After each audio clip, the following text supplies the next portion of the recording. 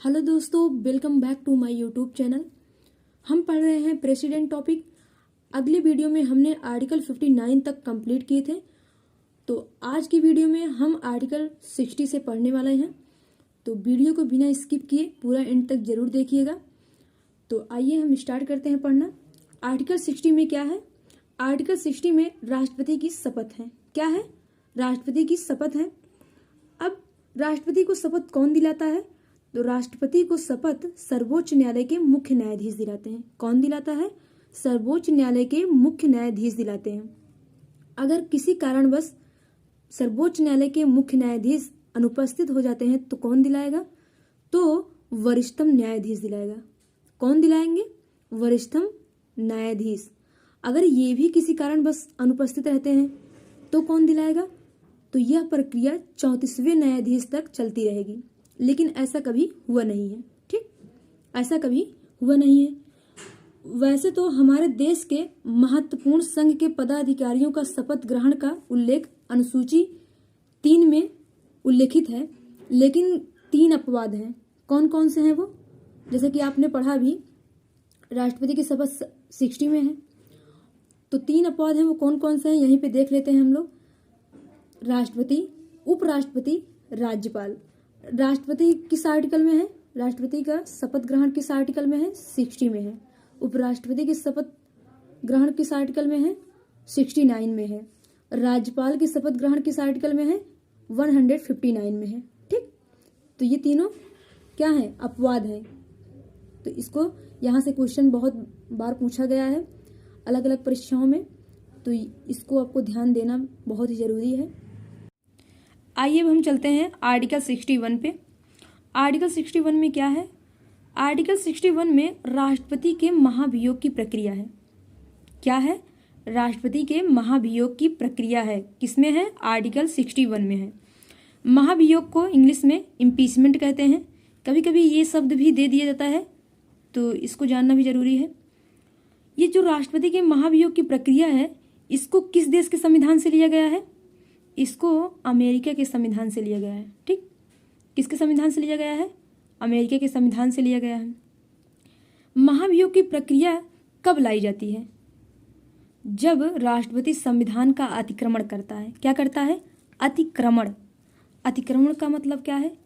कहने का मतलब यह है कि जब राष्ट्रपति संविधान में लिखी गई बातों का उल्लंघन करता है, तब क्या होता है? महाभियोग की प्रक्रिया लाई जाती है। कौन लाता है महाभियोग की प्रक्रिया? ये महाभियोग का जो प्रस्ताव होता है वो कौन लाता है?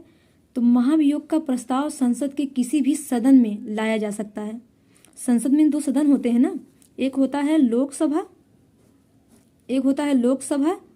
और एक होता है राज्यसभा। ठीक, तो संसद के किसी भी सदन में लाया जाए, चाहे लोकसभा में लाया जाए चाहे राज्यसभा में लाया जाए, बस शर्त इतना है कि जिस भी सदन में लाया जाए उस सदन की कुल सदस्य संख्या का 1/4 सदस्यों का हस्ताक्षर सहित नोटिस 14 दिन पूर्व राष्ट्रपति को देना होगा।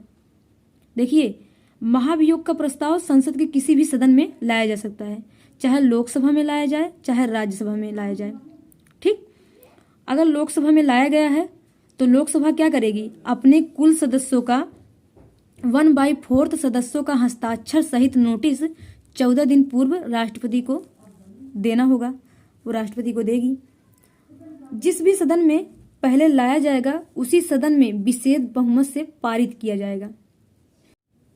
पहले सदन से पारित होने के पश्चात यह प्रस्ताव दूसरे सदन में जाता है।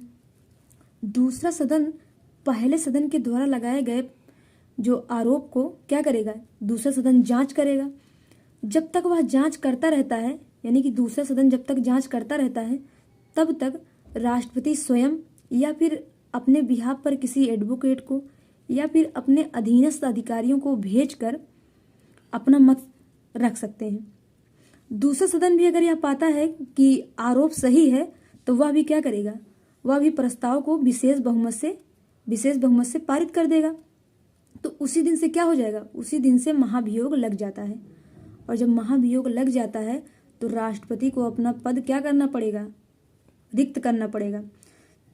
तो राष्ट्रपति क्या करेगा? अपना पद रिक्त कर देगा। अब अब यहाँ पर एक सवाल और बनता है कि क्या कोई राष्ट्रपति ऐसा हुआ है जिसके ऊपर महाभियोग की प्रक्रिया लगाई गई हो, महाभियोग का प्रस्ताव पारित किया गया हो और महाभियोग के माध्यम से हटाया गया हो? तो अब तक ऐसा कोई राष्ट्रपति नहीं हुआ जिसके ऊपर यह महाभियोग की प्रक्रिया लगाई गई हो या फिर महाभियोग के माध्यम से हटाया गया हो। अब तक ऐसा कोई भी राष्ट्रपति नहीं है। आइए थोड़ा सा और जानकारी लेते हैं। ये भी आर्टिकल 61 में ही लिखा गया है। यहाँ पे लिखा है, ऐसे लोग जो महाभियोग में शामिल नहीं हैं लेकिन राष्ट्रपति के निर्वाचन में शामिल थे।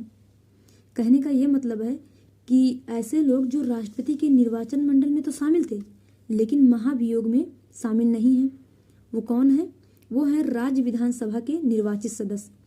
क्योंकि ये लोग राष्ट्रपति के निर्वाचन मंडल में तो शामिल थे लेकिन महाभियोग में नहीं शामिल है, क्योंकि महाभियोग में लोकसभा और राज्यसभा के सदस्य ही शामिल हैं। ठीक, अब यह एक क्वेश्चन और बनता है कि ऐसे लोग जो महाभियोग में तो शामिल हैं लेकिन निर्वाचन मंडल में शामिल नहीं थे, वो कौन से लोग हैं?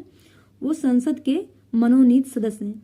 क्योंकि निर्वाचन मंडल में जितने भी मनोनीत सदस्य थे वो शामिल नहीं थे, लेकिन यहाँ पे महाभियोग में क्या है? शामिल है। तो ये थोड़ा सा अंतर था, इसको आपको जानना जरूरी था। तो ये भी हो गया। अब यहाँ पे हम देखते हैं कि यहीं पे अमेरिकी राष्ट्रपति और जो भारत के राष्ट्रपति होते हैं उन पर जो महाभियोग की प्रक्रिया में थोड़ा सा अंतर होता है उसको हम देख लेते हैं। ठीक, तो क्या अंतर होता है उसको थोड़ा सा हम देखते हैं। अंतर कुछ इस प्रकार है। भारत के राष्ट्रपति के ऊपर जब महाभियोग लगाया जाएगा तो महाभियोग प्रस्ताव लोकसभा और राज्यसभा दोनों में लाया जा सकता है। महाभियोग प्रस्ताव लोकसभा और राज्यसभा दोनों में लाया जा सकता है। लेकिन जब अमेरिका के राष्ट्रपति के ऊपर महाभियोग लगाया जाएगा तो महाभियोग प्रस्ताव केवल निम्न सदन में लाया जाएगा। किसमें लाया जाएगा? केवल निम्न सदन में, जिसका नाम है हाउस ऑफ रिप्रेजेंटेटिव। ठीक, सीनेट में नहीं लाया जाएगा, ये वहाँ के उच्च सदन होता है। ठीक, अब हम देखते हैं दूसरा अंतर क्या है। भारत में राष्ट्रपति के ऊपर महाभियोग केवल एक आधार पर लगाया जाता है। कब लगाया जाता है? जब वह संविधान का अतिक्रमण करे। ठीक, जब वह संविधान का अतिक्रमण करे। लेकिन अमेरिका के राष्ट्रपति के ऊपर महाभियोग तब लगाया जाता है जब वह भ्रष्टाचार, राष्ट्रद्रोह या फिर किसी गंभीर अपराध में शामिल हो। ठीक, लेकिन यहाँ पे क्या होता है? भारतीय राष्ट्रपति को भ्रष्टाचार करे तब भी कोई दिक्कत नहीं है, राष्ट्रद्रोह करे तब भी कोई दिक्कत नहीं है। बस क्या करे? वो मंत्रिपरिषद की सलाह मानता रहे तो उस पर महाभियोग नहीं लगेगा। आई होप आपको ये महाभियोग की प्रक्रिया अच्छे से समझ में आई होगी। अगर कम समझ में आया है तो वीडियो को रिपीट करके देखिए। ठीक, आइए अब चलते हैं आर्टिकल 62 पर। आर्टिकल 62 में क्या है? आर्टिकल 62 में यह लिखा है कि राष्ट्रपति का कार्यकाल पूरा होने के पहले उसके उत्तराधिकारी का चुनाव करा लिया जाएगा। ठीक, और क्या लिखा है? जब कभी भी वह कार्यवाहक राष्ट्रपति की भूमिका निभाएगा तो वह अधिकतम 6 महीने तक, कितने महीने तक? 6 महीने तक कार्य कर सकता है। जब कभी भी राष्ट्रपति क्या करेगा? कार्यवाहक राष्ट्रपति की भूमिका निभाएगा तो केवल कितने महीने तक? 6 महीने तक कार्य कर सकता है। ठीक, आइए अब चलते हैं आर्टिकल 71 में। आर्टिकल 71 में क्या लिखा है? आर्टिकल 71 में राष्ट्रपति और उपराष्ट्रपति के चुनाव के संबंध में यदि कोई विवाद होगा तो उसका निपटारा कौन करेगा? उसका निपटारा न्यायपालिका करेगी और उसका फैसला क्या होगा? अंतिम होगा। ठीक, आर्टिकल 71 में एक बात और ध्यान देने योग्य है। जैसे कि मान लीजिए कि राष्ट्रपति का चुनाव हुआ और राष्ट्रपति शपथ भी ग्रहण कर लिया और राष्ट्रपति अपने पद पर 7 महीने काम भी कर लिया और उसी बीच एक मामला उठा कि राष्ट्रपति के निर्वाचन में कुछ विवाद था। तो निर्वाचन में विवाद की जांच अगर सुप्रीम कोर्ट करती है, अगर सही पाती है तो वो क्या कर देगी? राष्ट्रपति के चुनाव को रद्द घोषित कर देगी। अगर रद्द घोषित कर देती है तो राष्ट्रपति को अपने पद से हट जाना होता है। ये बात आप भी जानते हैं और हम भी जानते हैं। लेकिन यहाँ पर एक क्वेश्चन है कि राष्ट्रपति के द्वारा जो 7 महीने काम किए गए हैं, क्या वह काम भी समाप्त हो जाएगा? तो वह काम समाप्त नहीं होगा, क्योंकि राष्ट्रपति के द्वारा जो किए गए काम है उस पर इसका कोई प्रभाव नहीं पड़ेगा।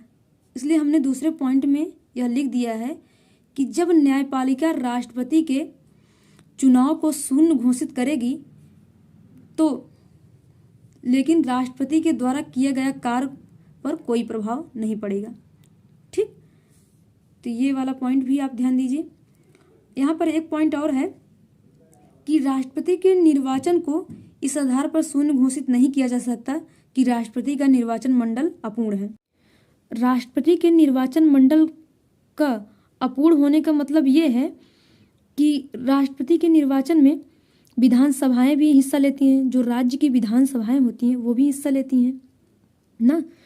तो यदि किसी राज्य की विधानसभाएं भंग हैं या फिर निलंबित हैं तो वो क्या करेंगी, वो निर्वाचन मंडल में शामिल नहीं हो पाएंगी। तो वही जब शामिल नहीं हो पाती हैं तो क्या होता है, निर्वाचन मंडल अपूर्ण हो जाता है। ठीक, आई होप ये चीज़ समझ में आया होगा। तो इसीलिए यहाँ पे लिख दिया गया है तीसरे पॉइंट में कि राष्ट्रपति के निर्वाचन को इस आधार पर शून्य घोषित नहीं किया जा सकता कि राष्ट्रपति का निर्वाचन मंडल अपूर्ण है। ठीक, अब हम चलते हैं आर्टिकल 72 में। आर्टिकल 72 में क्या है? आर्टिकल 72 में राष्ट्रपति का क्षमादान है। क्या है? राष्ट्रपति का क्षमादान है। भारत के राष्ट्रपति को एक न्यायिक शक्ति के रूप में क्या मिला है? क्षमादान की शक्ति दी गई है। भारत के राष्ट्रपति को एक न्यायिक शक्ति के रूप में क्षमादान की शक्ति दी गई है। अब इसमें हम देखते हैं कि राष्ट्रपति क्षमादान कब कब करता है। तो पहला पॉइंट है, केंद्र की कार्यपालिका विधि के विरुद्ध दंडित किसी व्यक्ति को राष्ट्रपति क्षमादान कर सकता है। दूसरा पॉइंट क्या है, यदि दंड का स्वरूप मृत्युदंड हो तब भी क्षमादान कर सकता है। ठीक, यदि सेना न्यायालय के द्वारा दंडित किया गया हो, यानी कि कोई व्यक्ति सेना न्यायालय के द्वारा दंडित किया गया हो तो उसे भी राष्ट्रपति क्षमादान कर सकता है। लेकिन न्यायालय के द्वारा दंडित किसी व्यक्ति को राष्ट्रपति क्षमादान नहीं कर सकता है। राष्ट्रपति क्षमादान तो करता है, लेकिन कितने प्रकार से करता है अब इसको हम जानेंगे। कितने प्रकार से करता है? तो पहला है लघुकरण, दूसरा है परिहार, और तीसरा है विराम, और चौथा है प्रविलंबन, और पांचवा है क्षमादान। लघुकरण को इंग्लिश में कहते हैं कम्युनिटेशन, और परिहार को कहते हैं रिमेशन, और विराम को कहते हैं रेस्पाइट, और प्रविलंबन को कहते हैं रिप्रीव्यू, और क्षमादान को कहते हैं पर्डन। आइए हम सबसे पहले लघुकरण पे बात करेंगे। तो लघुकरण में जब कभी भी राष्ट्रपति क्षमादान करते वक्त लघुकरण का प्रयोग करता है तो इसमें क्या कर देगा, इसमें सजा की प्राकृत को ही बदल देगा। इसमें क्या किया जाता है, लघुकरण में सजा की प्राकृत को बदला जाता है। कैसे? जैसे मृत्युदंड को क्या करें, कठोर कारावास में बदल दिया जाए। मृत्युदंड को कठोर कारावास में बदल जाए तो इसमें क्या हुआ, इसमें सजा की प्राकृत ही बदल गई। मृत्युदंड मिला था, कठोर कारावास में बदल दिया गया। तो ये होता है लघुकरण। जब राष्ट्रपति लघुकरण का प्रयोग करके क्षमादान करता है तो उसमें क्या करता है, सजा की प्राकृत को बदल दिया जाता है। आपने एग्जाम्पल में देखा कि मृत्युदंड को कठोर कारावास में बदल दिया, इसमें सजा की नेचर ही बदल गया। ठीक, अब हम देखते हैं परिहार। परिहार में जब कभी राष्ट्रपति किसी व्यक्ति को क्षमादान करते वक्त परिहार का प्रयोग करता है तो उसमें क्या करता है, सजा की मात्रा को बदल दिया जाता है। सजा की मात्रा को कैसे बदला जाता है? जैसे 6 वर्ष के कारावास को कम करके 2 वर्ष कर देना। ठीक, 6 वर्ष के कारावास को कम करके क्या कर देना, 2 वर्ष कर देना। तो इसमें क्या हुआ, सजा की मात्रा में, इसका नेचर नहीं बदला, सजा की मात्रा बदल गई। 6 वर्ष पहले था कारावास ही था, फिर क्या हो गया 2 वर्ष कर दिया गया। तो इसमें क्या हुआ, सजा का मात्रा बदल रही है, इसमें नेचर नहीं बदल रहा है। आइए अब हम विराम में क्या होता है इसको देखते हैं। विराम का उपयोग कब किया जाता है, जब कभी भी राष्ट्रपति किसी व्यक्ति को मानवीय तथ्यों के आधार पर क्षमा करेगा तो किसका प्रयोग करेगा, विराम का प्रयोग करेगा। और विराम में क्या होता है, इसमें सजा की प्रकृति और सजा की मात्रा दोनों बदल जाती है। इसमें क्या होता है, सजा की प्रकृति और सजा की मात्रा दोनों बदलती है। कैसे, जैसे कोई वृद्ध व्यक्ति है और उसको 20 साल का कारावास मिला है और वह, लेकिन रियल में अगर देखा जाए तो वह 10 साल भी जीवित रहने योग्य नहीं है। तो राष्ट्रपति क्या करेगा, जब वह राष्ट्रपति के पास क्षमा याचिका के लिए जाएगा तो राष्ट्रपति क्या करेगा, उसको 5 साल के लिए कारावास दे देगा। इसमें क्या हुआ, 20 साल के उसको क्या कारावास दिया गया था, उसको क्या किया गया, 5 साल कर दिया गया। बस किसके तहत, मानवीय तथ्यों के आधार पर। और इसमें क्या किया, सजा कम कर दिया गया, 20 साल के कारावास को 5 साल के कारावास में बदल दिया गया।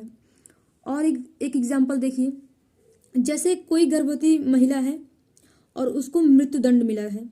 क्या मिला है, मृत्युदंड मिला है, लेकिन वह जब राष्ट्रपति के पास क्षमा याचिका के लिए जाती है तो राष्ट्रपति महोदय मानवीय तथ्यों के आधार पर वो सोचते हैं कि भाई महिला ने दोष किया, अपराध किया, उसे सजा मिलनी चाहिए, लेकिन जो इसके पेट में बच्चा पल रहा है उसका क्या है, उसने तो अभी तो दुनिया देखी ही नहीं, तो उसने कोई अपराध किए हैं तो उसको क्यों सजा मिले।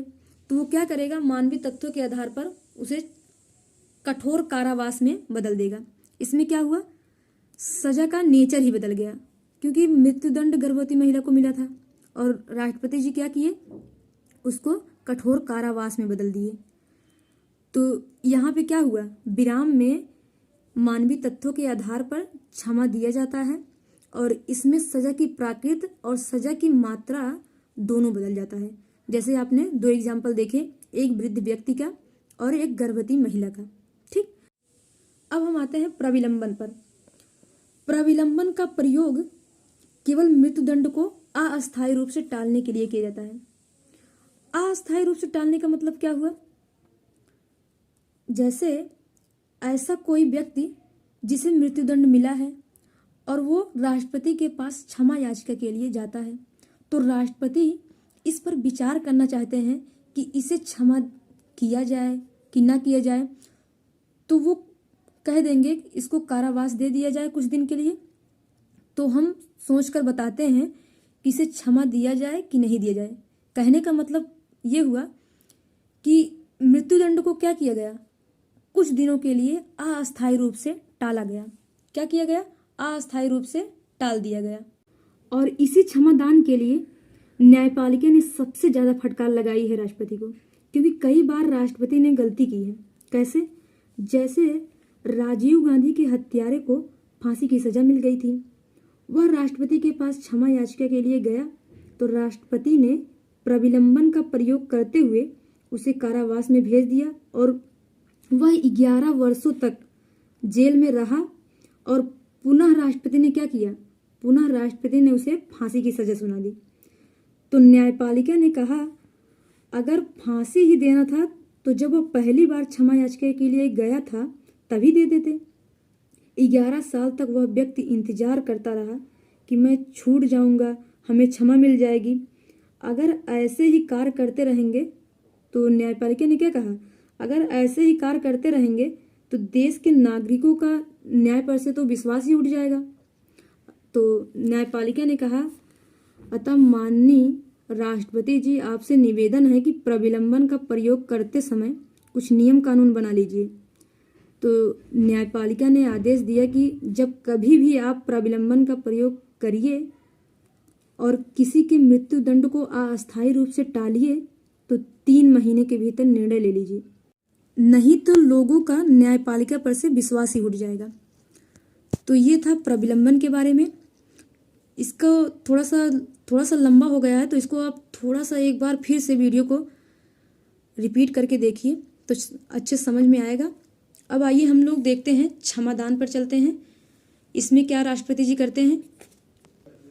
इसका प्रयोग राष्ट्रपति तब करता है जब मतलब किसी व्यक्ति को इस तरह से माफ़ करता है कि जैसे उसने कोई अपराध किया ही ना हो। इसमें पूर्णतः माफ़ किया जाता है, यानी कि पूर्णतः क्षमा कर दिया जाता है। तो ये है राष्ट्रपति के 5 प्रकार के क्षमादान। मैं उम्मीद करती हूँ कि आपको अच्छे से समझ में आया होगा। अगर कम समझ में आया है तो वीडियो को एक बार रिपीट करके देखिए और कॉपी पेन हाथ में लिए रहिए। जो भी आपको नोट करना है, जो भी आपको लगे कि हाँ ये नोट करने वाली चीज़ है, तो उसको नोट कर लीजिए और रिपीट करके उसको पढ़िए बार बार, तो आपको अच्छे से समझ में आएगा। तो आज के लिए इतना ही। जो बचे हुए आर्टिकल्स हैं उसको हम अगले वीडियो में कवर करेंगे। तो अभी के लिए धन्यवाद।